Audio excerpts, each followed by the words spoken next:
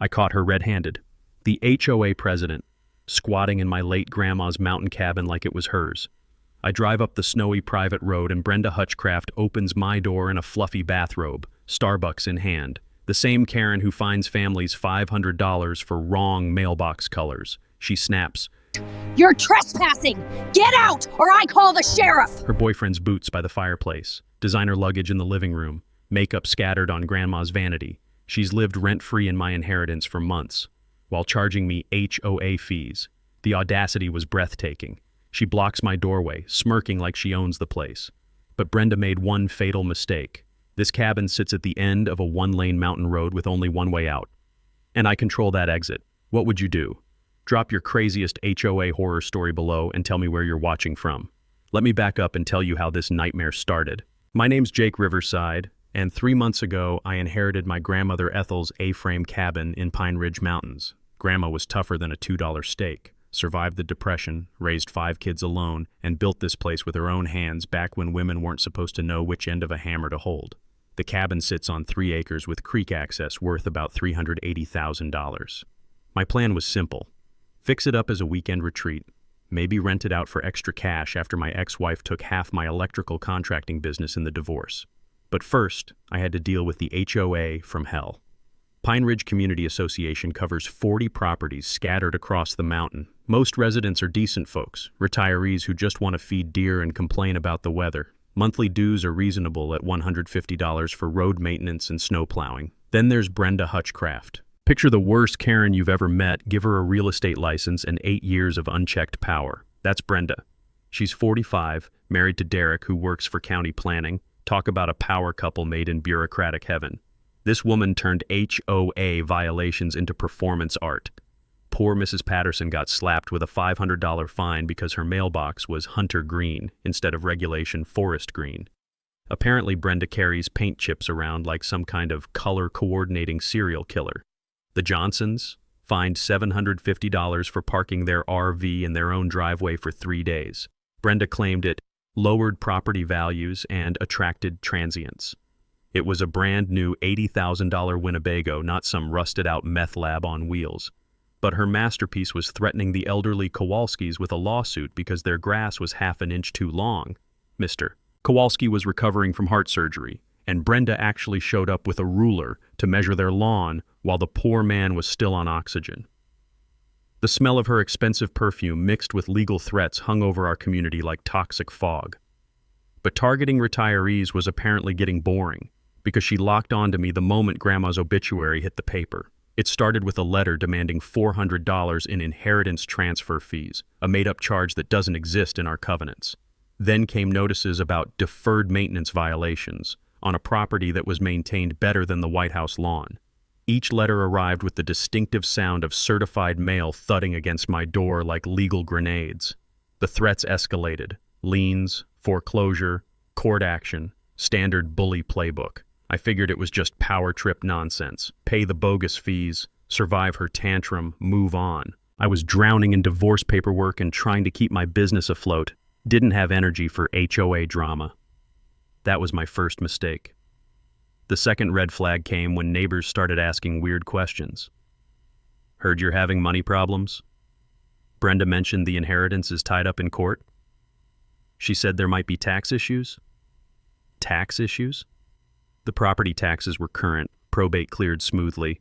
I had every document filed correctly, but somehow Brenda was spreading rumors that my ownership was questionable. Then came the emergency caretaker assessment letter. 14 pages of legal gobbledygook claiming the HOA had abandoned property concerns and was implementing interim protective management. Translation: they were charging me $350 monthly for someone to babysit my own cabin. The paper felt expensive between my fingers, the kind of legal stationery that costs more per page than most people make per hour. But here's the kicker. This caretaker had supposedly found significant structural issues requiring immediate intervention during her preliminary assessment. Nobody had permission to enter that property. I'd been there 2 weeks earlier. Everything was perfect. Pipes winterized, shutters secured, not even a mouse dropping in the pantry. That's when I decided to surprise visit my own cabin, and caught Brenda red-handed, living there like she'd won it in a poker game. Brenda didn't waste time playing defense after I caught her squatting. Within 48 hours, she went full nuclear. I'm sitting at my kitchen table Tuesday morning staring at a certified mail package thick enough to stop bullets. The expensive paper stock felt smooth and threatening between my fingers, the kind of legal stationery that costs more per page than most people make per hour. 14 pages from Harrison, Blackwell and Associates, some fancy Denver law firm. They claimed I was harassing HOA personnel and creating a hostile environment. The demand? 72-hour written notice before accessing my own cabin, or face $1,000 daily fines for unauthorized entry. But Brenda's real masterstroke came through her husband Derek's county connections. An emergency septic inspection notice arrived the same day. According to the paperwork, I had 30 days to hire licensed contractors for a septic system requiring 6 months of environmental permits to repair. The estimated cost? $15,000. Here's what Derek was counting on me not knowing, something I'd learned helping my electrician buddy work on older mountain properties. Cabins built before 1970 typically use composting toilets and gray water systems, not septic tanks. My grandmother's place had a perfectly legal composting system that had been working fine since Kennedy was president. Derek had just created a bureaucratic nightmare based on infrastructure that didn't exist. The smell of diesel fuel and fresh snow hit me as I drove back up the mountain that afternoon, determined to document everything. But Brenda had been busy upgrading her fortress. Motion sensors and security cameras now blanketed every approach. The moment my boots hit the driveway, sirens started wailing like I'd triggered a prison break. The piercing sound echoed off the mountains, probably audible 3 valleys over. Brenda appeared at the door with her cell phone already recording. "You're violating the restraining order," she announced, projecting for her phone's microphone. "I'm documenting this harassment for the authorities." Restraining order? I hadn't been served with anything, but that didn't matter to the neighbors who came running when the alarms went off. Brenda put on quite the performance, trembling voice, crocodile tears, the whole victim routine that would have made Hollywood weep. "He's been stalking me for weeks," she told Mrs. Lucy from down the road. "Ever since I discovered his family owes thousands in back taxes and HOA violations. I'm just trying to protect our community's property values." The audacity was breathtaking. She was living illegally in my inheritance while painting me as some kind of deadbeat who couldn't pay his bills. But while Brenda was busy performing for her audience, I was scrolling through property records on my phone. My grandmother had been obsessive about paperwork, kept everything in fireproof filing cabinets going back to the Eisenhower administration. That's when I spotted something that made my heart race.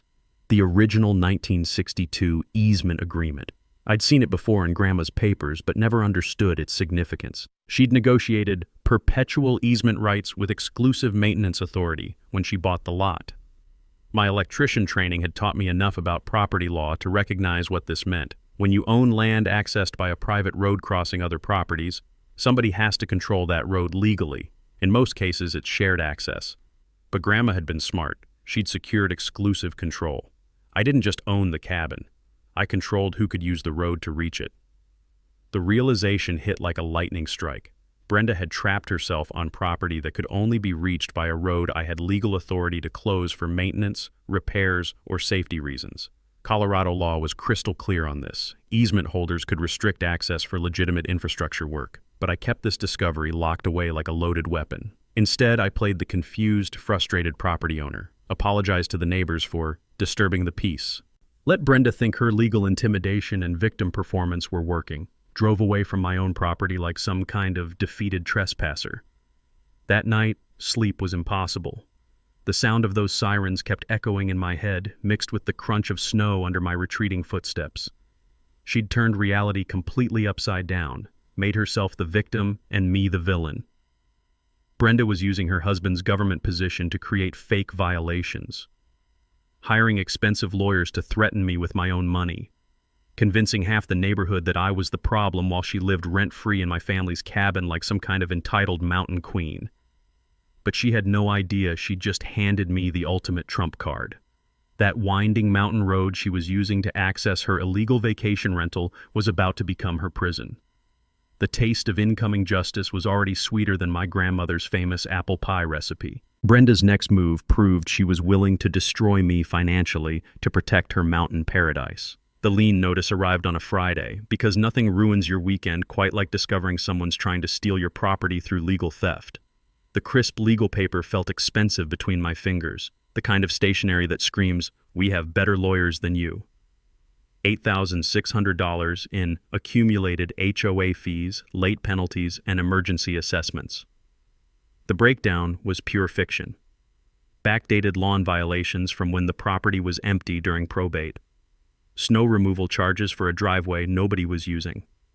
Even a $1,200 emergency tree trimming fee for work that was never performed. But the real masterpiece? A $3,500 charge for unauthorized occupancy monitoring services during the exact months Brenda had been squatting there. She was literally billing me for the privilege of her stealing my cabin. Things got worse when the process server showed up at my job site. Professional woman in a business suit, completely out of place among our electrical equipment and hard hats. The smell of hot metal and wire insulation couldn't mask the stench of my professional reputation going down the toilet. "Jacob Riverside, you're being served with foreclosure proceedings." Right in front of my entire crew. Martinez, my supervisor, watched the whole show with raised eyebrows. Nothing says reliable employee quite like getting served legal papers during lunch break. "Financial troubles, Riverside?" Martinez asked after she left. His tone was carefully neutral, but contractors with money problems become unemployed contractors pretty quickly.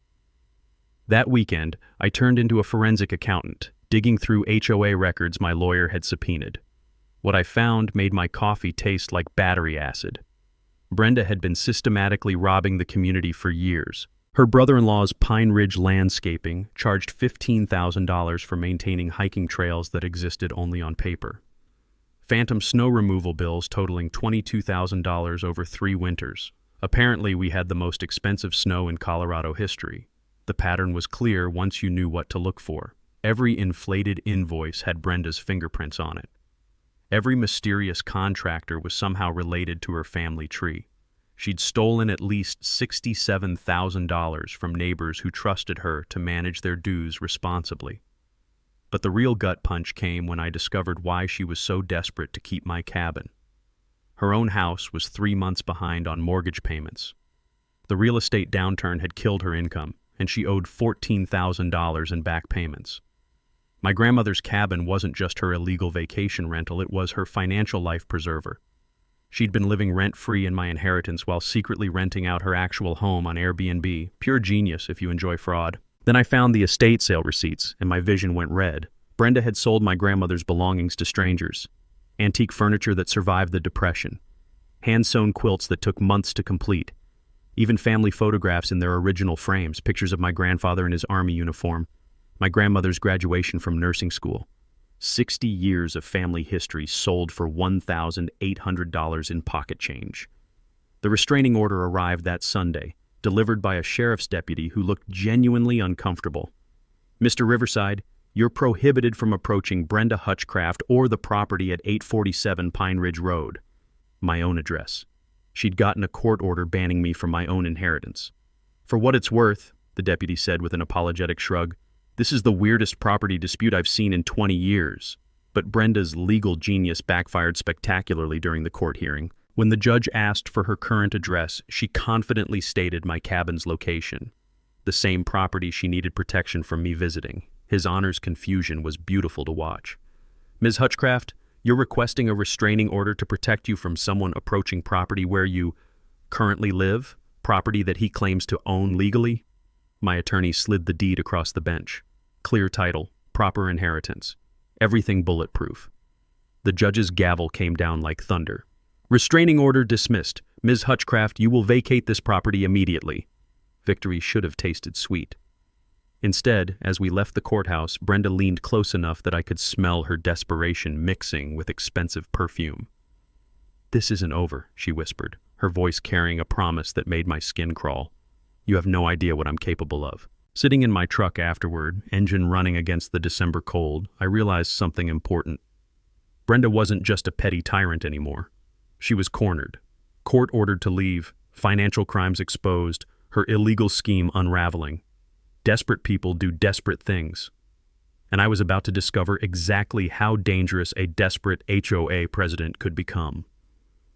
Brenda's response to losing in court was to declare total war on my reputation. She called an emergency HOA meeting for Tuesday night, sending notices about removing a dangerous individual who threatens community safety. The smell of fresh ink on the hastily printed flyers mixed with my growing rage as I read her accusations. According to Brenda's PowerPoint presentation, because of course she made slides, I was planning to turn my cabin into a drug den for Denver criminals. She brought her sister and neighbor as fake witnesses, claiming I'd been violent and threatening during our confrontations. The proposed solution? A special assessment of $25,000 per property to hire private security. Against me, the guy who'd been paying his dues and minding his own business until she started squatting in my inheritance. But Colonel Patterson, our neighborhood's retired Marine, stood up and derailed her show. Where exactly did our reserve fund go, Brenda? According to these bank statements, we should have enough money to pave every road twice over. The meeting exploded. Neighbors demanding audits, accusations flying, Brenda's character assassination turning into an investigation of her own corruption. While she was busy defending her embezzlement, I was conducting reconnaissance on my own property. Trail cameras around the perimeter, perfectly legal on my own land, captured something that made my blood boil. Brenda wasn't just squatting, she was running an illegal bed and breakfast, different cars every weekend, couples with overnight bags. Brenda greeting paying guests like a resort hostess, handing out keys to my grandmother's cabin. The audio was crystal clear. $200 per night for this exclusive mountain retreat that's been in our family for generations. Our family, my ass. But then the cameras caught something that changed everything.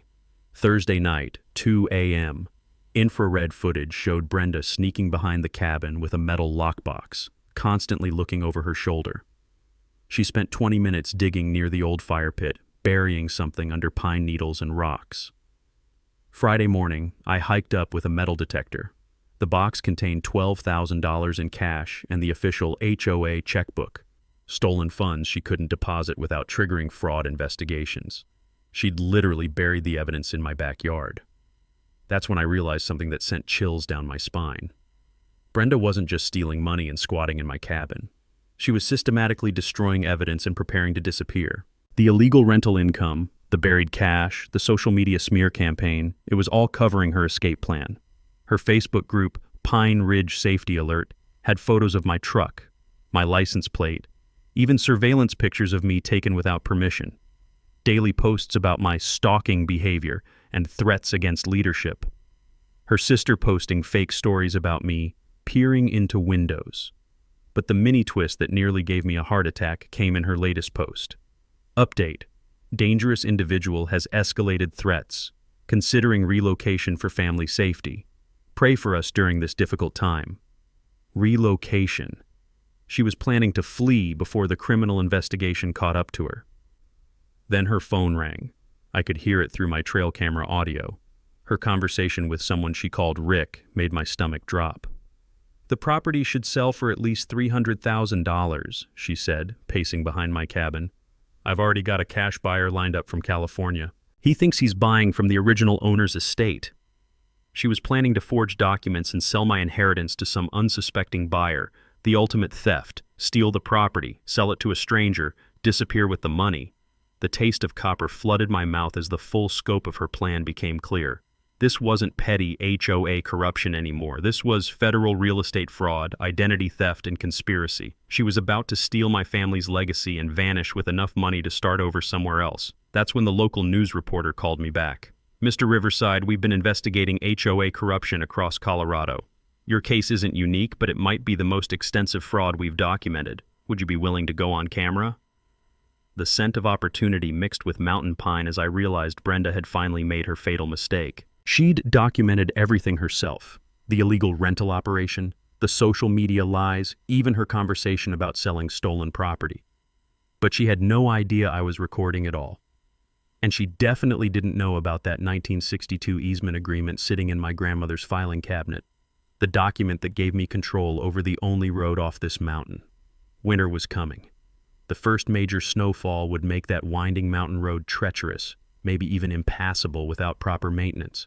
And guess who was legally responsible for maintaining it? Everything changed when I found my grandmother's secret filing cabinet. I'd been through her paperwork before, but grief makes you sloppy. This time I was methodical, pulling out every drawer, checking for false bottoms, looking for hidden compartments. The musty smell of old paper and her lavender sachets filled the basement as I discovered a locked metal box bolted inside her workbench. The key was exactly where Grandma Ethel would have hidden it, taped under the bottom drawer, wrapped in one of her grocery lists written in fading blue ink. Even in death, she was still teaching me to be thorough. Inside that box was legal gold that made my hands shake. The original 1962 easement agreement wasn't just about road access. It was a masterpiece of mountain property law. Perpetual easement rights with exclusive maintenance authority and termination provisions. I could close the road for up to 30 days for essential infrastructure repairs, but Section 7 was the nuclear option. Easement privileges shall be immediately revoked upon any criminal activity or fraud committed by property owners using said access. Criminal activity, like embezzlement, like insurance fraud, like running illegal rental operations in stolen property. I could legally cut off Brenda's access forever. The forensic accountant called that afternoon with numbers that made my blood pressure spike. Jake, this is worse than we imagined. I've documented systematic theft going back 4 years. Total missing funds, $127,000. $127,000. Stolen from retirees living on fixed incomes who trusted Brenda with their community dues. Here's the kicker, the accountant continued. Your HOA has been technically bankrupt for 8 months. No money for snow plowing, road maintenance, or emergency services. She's been running a financial shell game. Every fake assessment, every manufactured crisis, every emergency fee was covering up the fact that Brenda had drained the community's life savings. The taste of rage mixed with the stale coffee I'd been nursing all afternoon. The insurance investigator's email arrived an hour later, confirming federal crimes that carried mandatory prison sentences, $18,000 in fraudulent claims on my cabin. Weather damage she'd staged, vandalism she'd performed herself, equipment theft involving tools that were never missing. My phone buzzed, Derek's voice trembling like autumn leaves. Jake, I need to confess something. About Brenda. About what we've been doing. Derek was ready to cooperate. His planning department career was already over after falsifying documents, but felony charges terrified him more than his wife's threats. She said she'd take half my pension in the divorce if I didn't help her, he whispered, the sound of traffic in the background suggesting he was calling from somewhere Brenda couldn't overhear. The septic violations, the fake inspections, I knew it was wrong, but she claimed it was temporary until the HOA finances recovered. Temporary. 4 years of systematic fraud was her idea of temporary. There's something else. Derek's voice dropped to barely audible. She's packing tonight. Plans to leave before dawn. She thinks the criminal investigation is closing in. The metallic taste of adrenaline flooded my mouth. After stealing from an entire community, destroying families with bogus fines, and squatting in my inheritance, Brenda was going to vanish into the night like some kind of white-collar ghost. But she'd miscalculated one critical detail. To escape Pine Ridge Mountains, she had to drive down that narrow access road, the same road my easement agreement gave me absolute authority to control. The same road that was about to undergo some very necessary, very time-consuming winter infrastructure improvements. Snow was forecast for tomorrow, and that road was about to become impassable for anyone trying to flee justice. Time to turn Brenda's mountain paradise into her prison.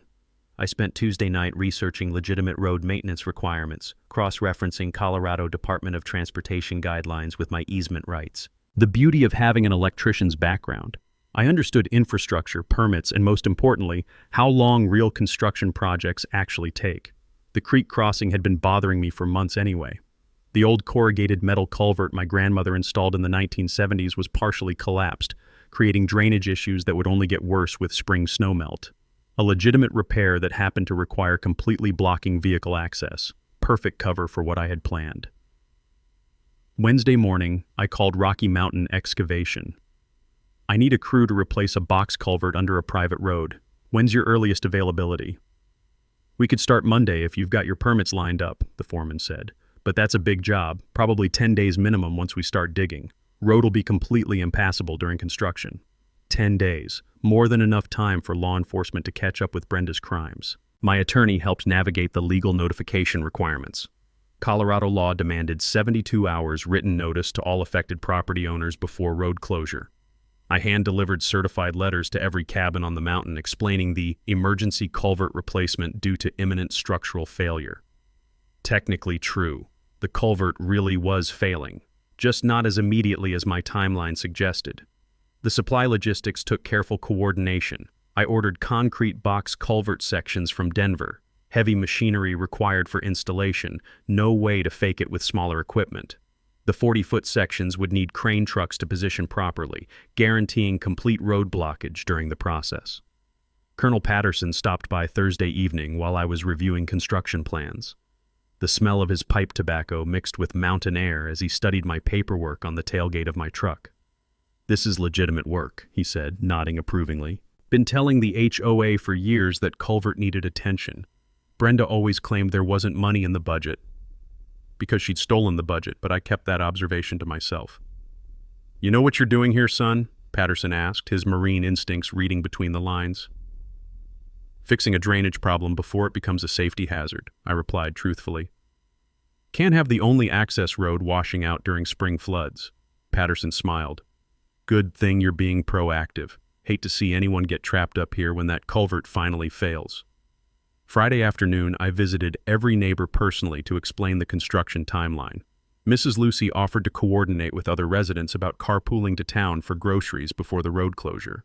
The Kowalskis thanked me for finally addressing the drainage issues they'd been complaining about for years. Everyone was supportive, everyone except Brenda, who wasn't answering her door. But her boyfriend's motorcycle was still parked in my grandmother's driveway, and smoke was rising from the chimney.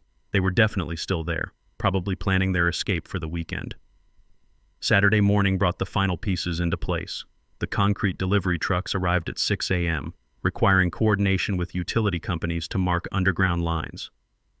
Orange construction barriers and professional road closure signs transformed the peaceful mountain access into an official work zone. I positioned everything perfectly. The barriers went up exactly where the private road met county highway, the last possible point for vehicle exit from the mountain properties. Anyone wanting to leave would need to drive through an active construction site with heavy machinery and massive concrete sections blocking their path. The excavator operator, a grizzled guy named Murphy, surveyed the job site with professional satisfaction. "Haven't seen a culvert this shot in 20 years, he said, examining the collapsed drainage. "Good thing you're fixing it before winter really hits. This thing would have washed out completely with the first major snowmelt."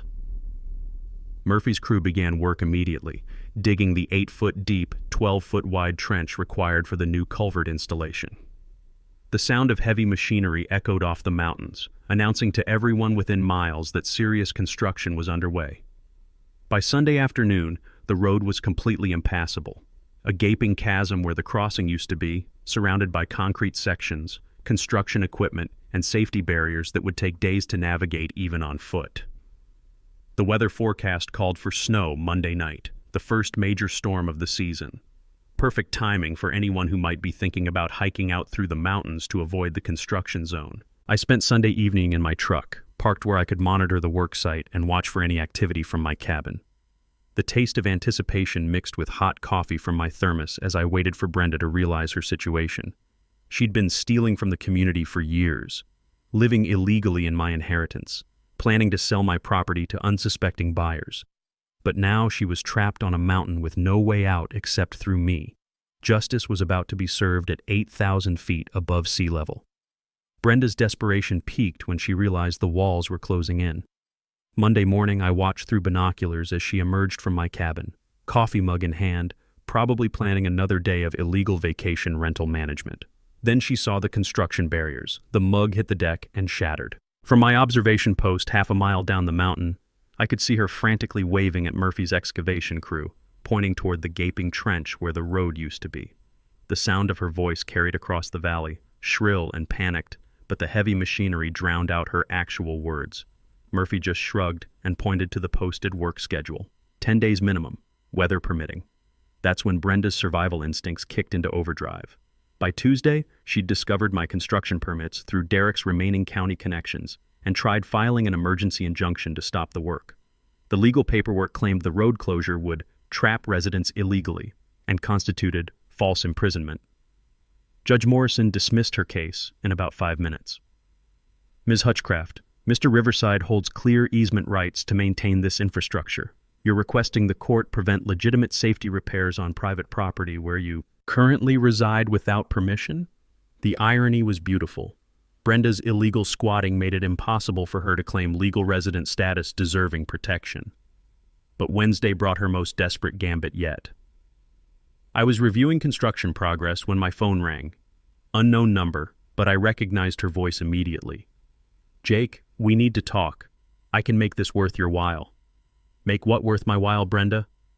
"Look, maybe we got off on the wrong foot. I can pay you $50,000 to forget this whole misunderstanding and let me stay until spring. Cash, no questions asked." $50,000 in cash, meaning stolen HOA funds she couldn't deposit legally. I kept recording while she continued. "Think about it. That money could cover your divorce expenses, fix up the cabin however you want. All you have to do is call off the construction and we're even." "That's an interesting offer," I said, letting her dig deeper. "Where exactly would this cash come from?" "My personal savings. I've been very successful in real estate." "Right. The same real estate market that had tanked her income and put her house in pre-foreclosure." "I'll need to think about it," I told her, knowing the recording was solid evidence for the prosecutor. Thursday brought the mini-twist that confirmed how dangerous cornered criminals could become. Derek called, voice shaking worse than autumn leaves. "Jake, you need to be careful. Brenda knows Derek's been talking to prosecutors. She threatened to burn down your cabin if the investigation doesn't go away." "She said what?" Exact quote. "If I'm going down, that bastard's losing everything too. She's bought gasoline, matches, the whole arson kit, plans to destroy the evidence and blame you for insurance fraud." The taste of adrenaline mixed with fury flooded my mouth. Brenda was willing to destroy my family's legacy rather than face consequences for her crimes. But her arson plan revealed just how trapped she felt. Burning down the cabin wouldn't help her escape. She'd still be stuck behind my construction barriers, surrounded by witnesses and security cameras I'd installed around the worksite. Friday morning brought vindication from an unexpected source. Agent Martinez from the FBI's white-collar crime unit contacted me about a broader investigation into HOA fraud across Colorado. Apparently, Brenda's schemes had attracted federal attention through the insurance fraud reports. "We've been building a case for months," Martinez explained. "Your documentation and recordings provide the final pieces we needed. We'll be executing arrest warrants Monday morning." Monday. The same day my construction project would be finishing its first week, with at least 3 more days of road closure remaining. Perfect timing for law enforcement to arrive while Brenda was still trapped on the mountain with nowhere to run. Saturday brought the first snowfall of the season, 6 inches of powder that turned the mountain access road into a winter wonderland. Even without the construction barriers, that winding gravel road would be treacherous for anyone unfamiliar with mountain driving conditions. Murphy's crew had to suspend work due to weather, which actually worked in my favor. The partially completed culvert installation created an even more impassable obstacle than active construction would have. Sunday night, I sat in my warm truck watching snowflakes drift past my headlights, knowing that somewhere up the mountain, Brenda was probably staring out my grandmother's windows, counting the hours until her world collapsed completely. 4 years of stealing from neighbors, months of squatting in my inheritance, weeks of threatening my livelihood and reputation. Tomorrow, the FBI would climb that snowy mountain path to arrest her. And the only road off this mountain ran straight through my construction site. Justice was finally coming home to roost at 8,000 feet above sea level. Brenda's final week of freedom became a masterclass in criminal desperation. Monday morning, fresh snow crunching under my boots, I hiked up to check my trail cameras and found evidence that made my blood run cold. Gasoline containers hidden behind the cabin, rags stuffed into glass bottles, a lighter collection that would make a pyrotechniac jealous. Derek hadn't been exaggerating about the arson plan, but Brenda's digital footprints revealed something even more disturbing. She'd created multiple fake social media accounts over the weekend, posting increasingly unhinged rants about corrupt property developers destroying mountain communities. "Jake Riverside thinks he can steal our ancestral land with his city money and legal tricks," read one post, complete with photos of my truck and home address. "He's destroyed our peaceful community and must be stopped before he hurts more families." Ancestral land. She'd been squatting for 6 months and suddenly it was her ancestral land. The mini twist that nearly gave me a heart attack came Tuesday morning when I discovered she'd been systematically destroying evidence. My trail cameras caught her burning documents in the fireplace at 3 a.m., bank records, contracts, correspondence that probably contained proof of additional crimes. the smell of burning paper mixed with her desperation as she fed years of fraudulent paperwork into the flames. But she made one crucial mistake. In her panic to destroy physical evidence, she forgot about digital records. The forensic accountant called Tuesday afternoon with news that made me pump my fist. "Jake, we recovered the deleted files from the HOA computer. Brenda wasn't nearly as tech-savvy as she thought. Everything's still here. Fake invoices, altered bank records, even emails coordinating the embezzlement with her brother-in-law." Wednesday brought the insurance investigators' bombshell revelation. Brenda had filed false claims on 3 other mountain properties besides my cabin. "She's been running insurance scams across multiple counties," Agent Rodriguez explained. "Total fraudulent claims exceed $85,000. This is a federal case now. Federal crimes, federal prison time. No wonder she was planning to burn everything down and disappear." Thursday morning, I watched through binoculars as Brenda attempted her most pathetic escape plan yet. She was loading a hiking backpack with supplies, apparently planning to walk out through the mountains during the snowstorm. The woman who complained about walking to her mailbox was going to hike 15 miles through December wilderness to avoid facing justice. I called the sheriff's office. "You might want to send a search and rescue team up here. I think we're about to have a missing person situation." But Brenda's hiking adventure lasted exactly 47 minutes. I watched her stumble back to the cabin, soaked and exhausted, probably realizing that mountain survival requires skills beyond intimidating elderly neighbors. Friday brought her most dangerous escalation yet. Derek called in pure panic. "She's completely lost it, Jake. Talking about taking everyone down with her if she can't escape.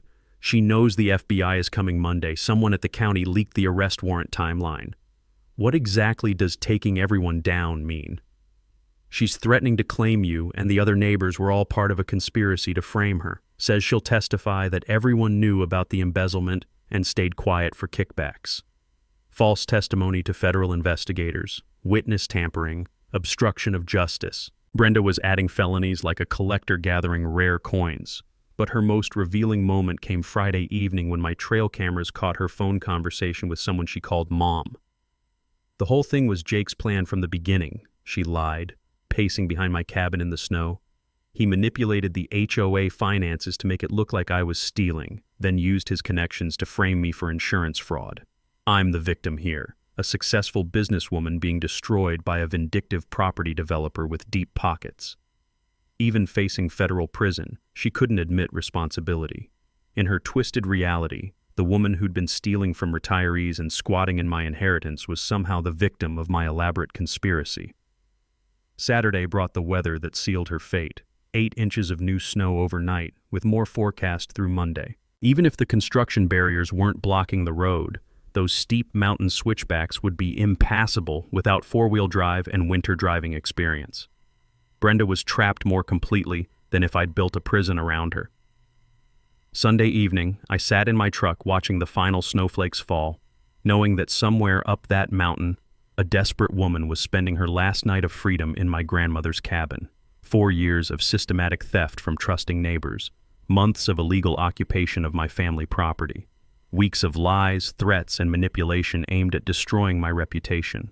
Tomorrow, federal agents would climb that snowy mountain path to arrest her. The road remained impassable. The evidence was overwhelming. The trap was perfect.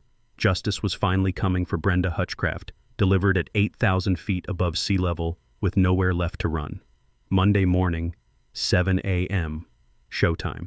The FBI convoy arrived at my construction site exactly on schedule. 3 black SUVs that looked like something from a federal crime drama. Agent Martinez stepped out first, followed by 2 additional agents and a county sheriff's deputy who knew the mountain terrain.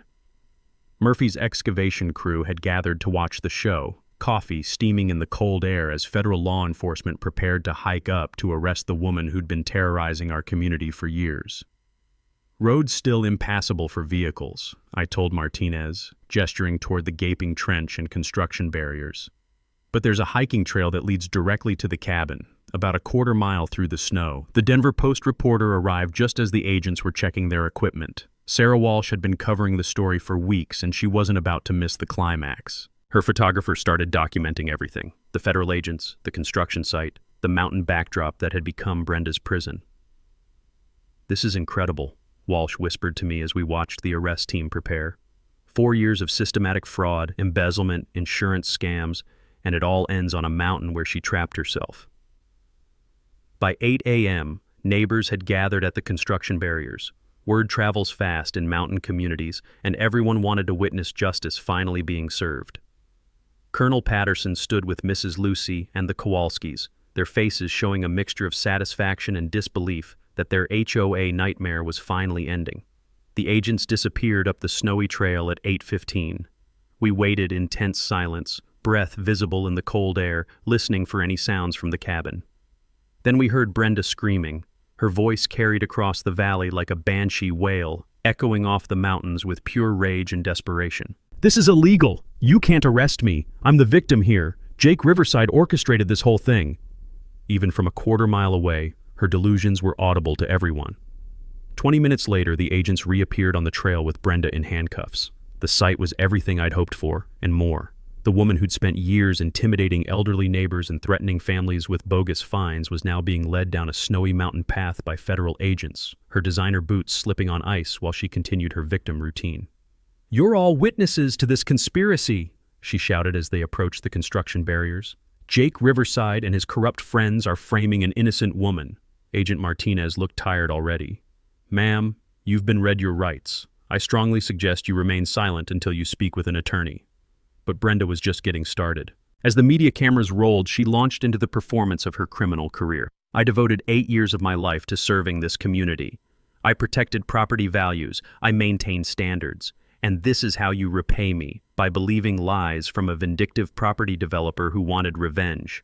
The irony was breathtaking. She was calling me vindictive while standing in handcuffs for stealing $127,000 from the neighbors she claimed to serve. Sarah Walsh stepped forward with her microphone.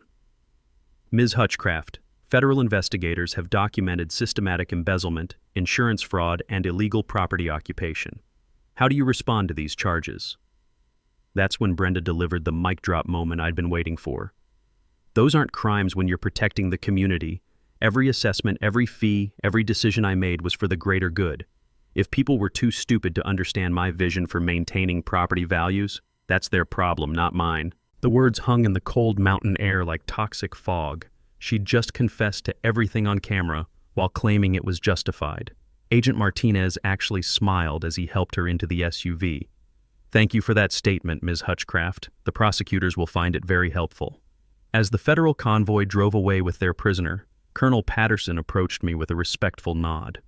"Son, that was the most satisfying arrest I've witnessed in 40 years of military and civilian service. That woman got exactly what she deserved." Mrs. Lucy hugged me with tears in her eyes. "Thank you, Jake. You saved our community from that monster." The construction crew resumed work immediately, the sound of heavy machinery echoing across the mountains as they finished installing the culvert that had provided perfect cover for justice. Sarah Walsh conducted her final interview with the mountain backdrop behind us. "This case represents a victory for small communities against corruption, fraud, and abuse of power. One man's determination to protect his family's legacy exposed crimes that devastated an entire neighborhood." But the sweetest moment came when I walked back up to my grandmother's cabin for the first time as its rightful owner. The smell of fresh snow and mountain pine filled my lungs as I unlocked the door with my own keys. Brenda Hutchcraft was finally gone. My family's legacy was secure, and justice had been served at 8,000 feet above sea level. The road construction finished 3 days ahead of schedule. Murphy's crew installed a beautiful concrete box culvert that would last 50 years, with improved drainage that actually solved the flooding problems my grandmother had dealt with for decades.